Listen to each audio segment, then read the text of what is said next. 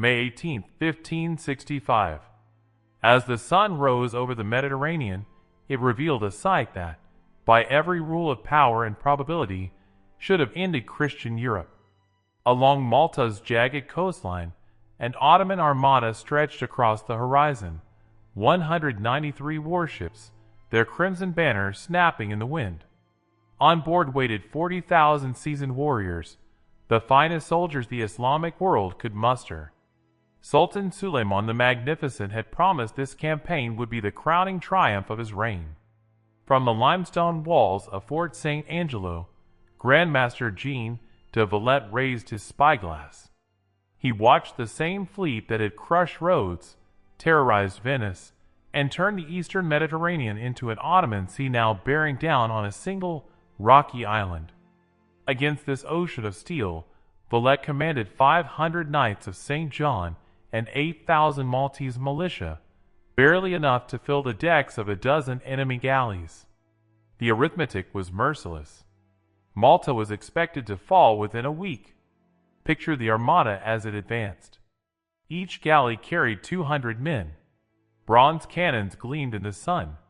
The flagship displaced over 1,200 tons, mounting 64 heavy guns capable of hurling 50-pound stone shot half a mile.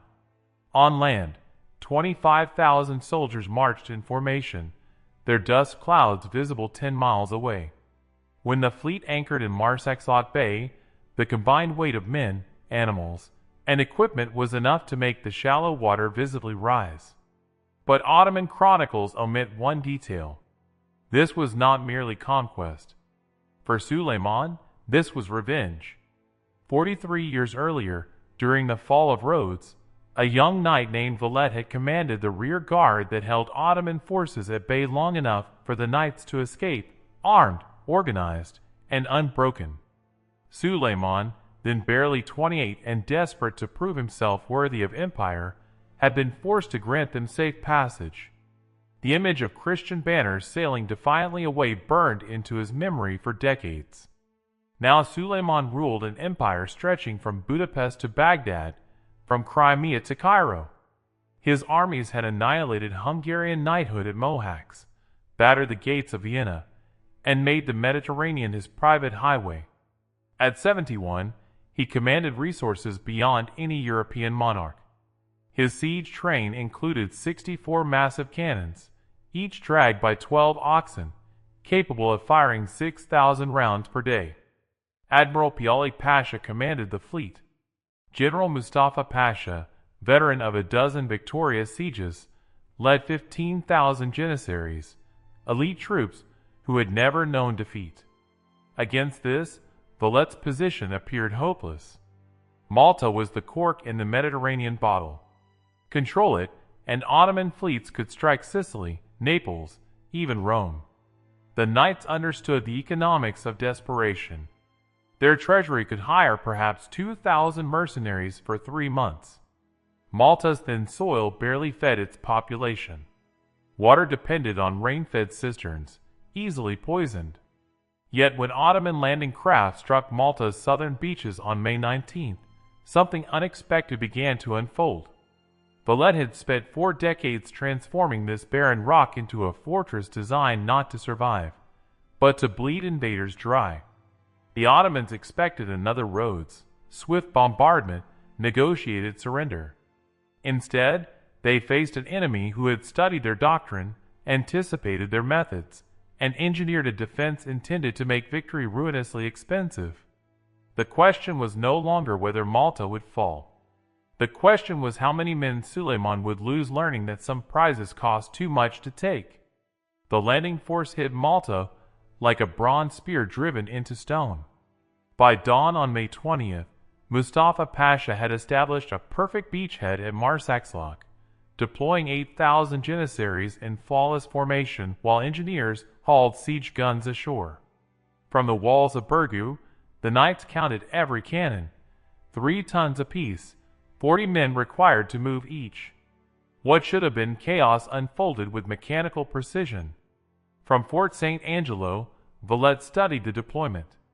At 70, he had witnessed more sieges than any living commander, Yet Mustafa's methodical setup chilled him. Ottoman artillery positions were being placed to bombard all three Christian strongholds at once: Burgu, Sunlia, and the small outwork guarding the harbor mouth, Fort St. Elmo. Then came the decision that would echo through military history.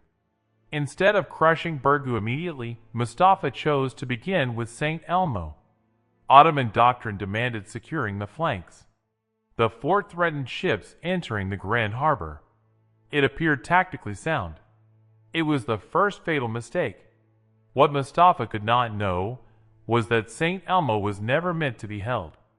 It was designed as a slaughterhouse, a place where attackers would die in such numbers that the siege would become unsustainable. Every angle, every wall, every approach channeled enemy troops into overlapping fields of fire.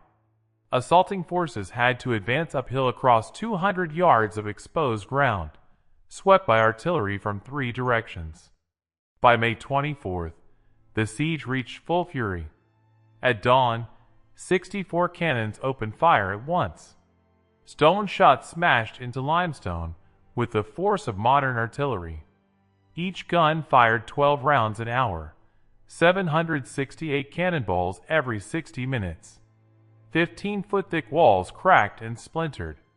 Captain Luis de Miranda and his 120 defenders crouched amid flying stone and choking smoke. The noise was unbearable. The air turned to dust. Noon looked like night. Yet St. Elmo's angular bastions worked as intended. Shot that would have shattered rounded towers deflected harmlessly into the sea. A bombardment meant to last 3 days stretched into weeks. Then, in early June, the guns fell silent. Ottoman trumpets sounded.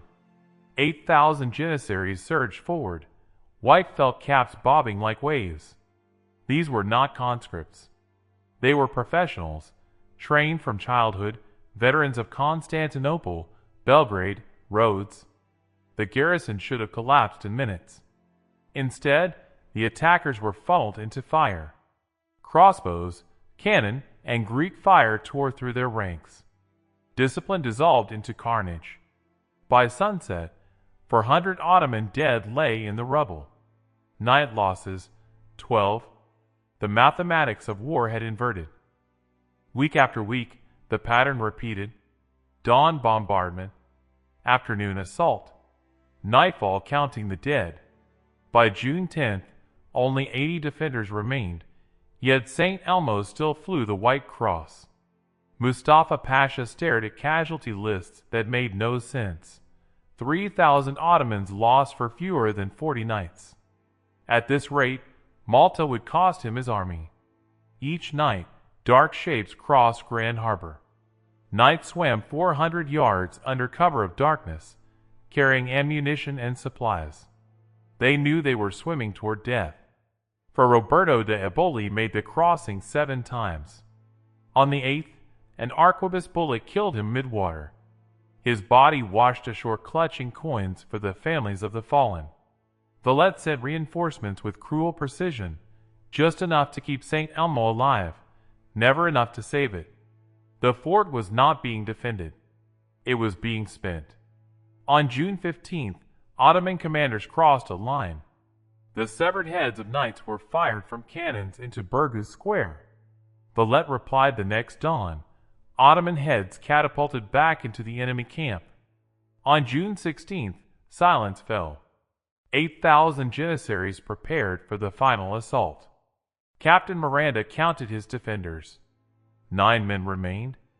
At noon, the attack came. Wave after wave poured through the breaches.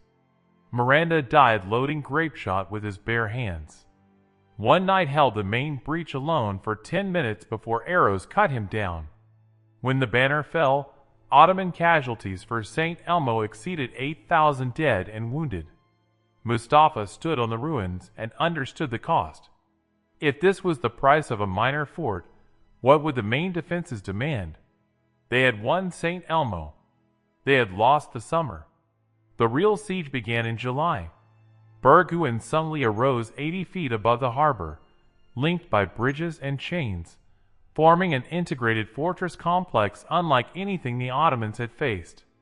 Valette had used St. Elmo's agony to prepare every wall, tunnel, and gun. On July 15th, a bombardment began that shook Sicily. 100 cannons fired in unison. Stone balls struck with 15 tons of pressure per square foot. Dusk turned day into twilight. But the knights fought back. Mobile artillery, underground tunnels, decentralized command. Lose one wall, the defense held. Lose one commander, the system endured. On August 2nd, Mustafa launched everything. 15,000 men, 3 simultaneous attacks, marines storming bridges, while janissaries scaled walls. Odds exceeded 25 to 1.